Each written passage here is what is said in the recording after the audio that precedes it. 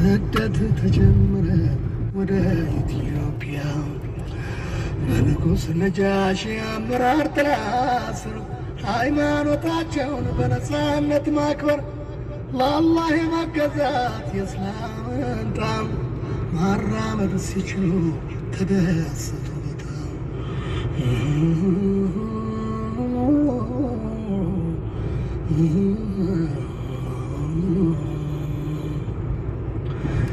የስደተኞቹ በኢትዮጵያ መሬት በሰላም የመኖር በፍጹም ነፃነት ለክሮንሾች ሆነ የክርስቶሳት ለበቀል አሴሩ ተረክበው ለማጥቃት ወደ አበሻ መዝለቅ ለመምጣት ወሰኑ። ወርቅ ብርና አልማዝ ውድ የስጦታ ዕቃ አዘጋጅቶ አስይዞ የቁረይሽ አለቃ አምር ኢብን አላስና አብደላ ቢን ረቢዓ ተወክለው መጡ ወደ ኢትዮጵያ።